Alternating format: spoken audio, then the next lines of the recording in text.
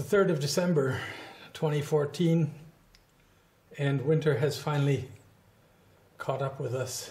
Well, finally. In any case, we had a sprinkling of powdered sugar last night, as you can see here. Rooftops are white. It's just a little thin coating, but it made the streets slippery, of course. Temperature is around 26 degrees Fahrenheit. And at least it's a bright day today.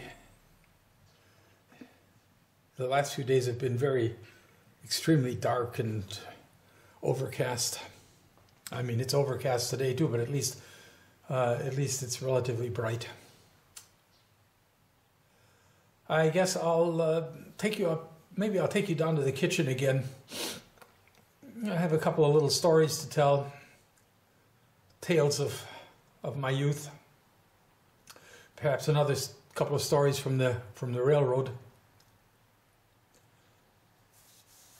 And I could use another espresso, actually. I'm kind of thirsting for some coffee. See you in a couple of minutes.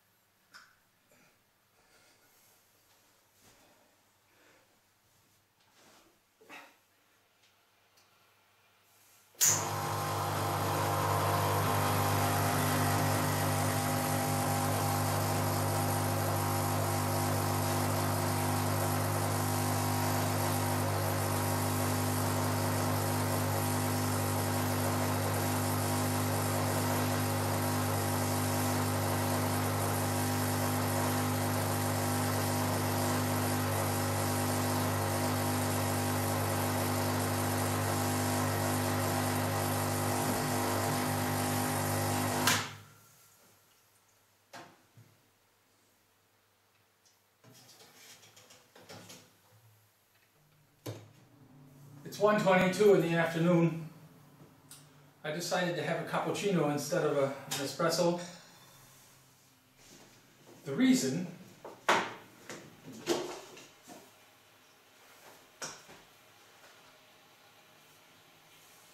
home-baked oatmeal cookies. I baked on Sunday. And they're pretty good. Just plain ordinary oatmeal cookies, but they taste good, especially with a nice cup of coffee. Oh, I need some sugar. I've been having more problems than usual with my arthritis, but that's okay. I just take it easy, and when it gets to be too difficult, then I just sit down or lie down. The problem with lying down is, actually also with sitting down, I get so stiff. It's better to keep moving, but at some point, what the Germans called the inner pig dog gets the best of us when one just can't take the pain or discomfort anymore. I thought I'd tell you a few tales about my youth. Yeah. I was born in September of 1941 in Hammond, Indiana. Hammond is a town on the border with Illinois, Indiana-Illinois border. just south of Lake Michigan. It's actually, part of it is actually on Lake Michigan.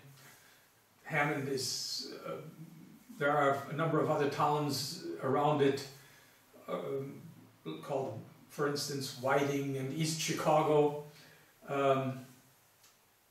These are all, they all run together just like Chicago itself, a big metropolis. Around Hammond, everything all just kind of runs together. There are no clear separation between these towns. And right across the Illinois border is Calumet City. Calumet City is has a when I was young, it had a dismal reputation. The mobs had a lot of clubs there. Capone was there, and so were all the other mob bosses at the time. State Street was a street you didn't really, a normal person didn't really go on, at least not in the evening or at night. There were often shootings. The police were apparently corrupt, and it was a rough area, actually. The houses were nice, and amazingly enough, 50 years later, the houses are still there, and they're still well kept and taken care of. The house I grew up in Calumet City. That's where my parents lived. The house I grew up in was looks today very much like it looked back then. Very, very well kept up.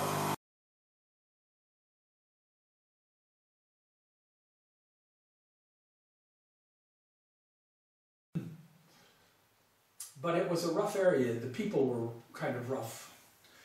The neighborhood I grew up in was mostly Polish.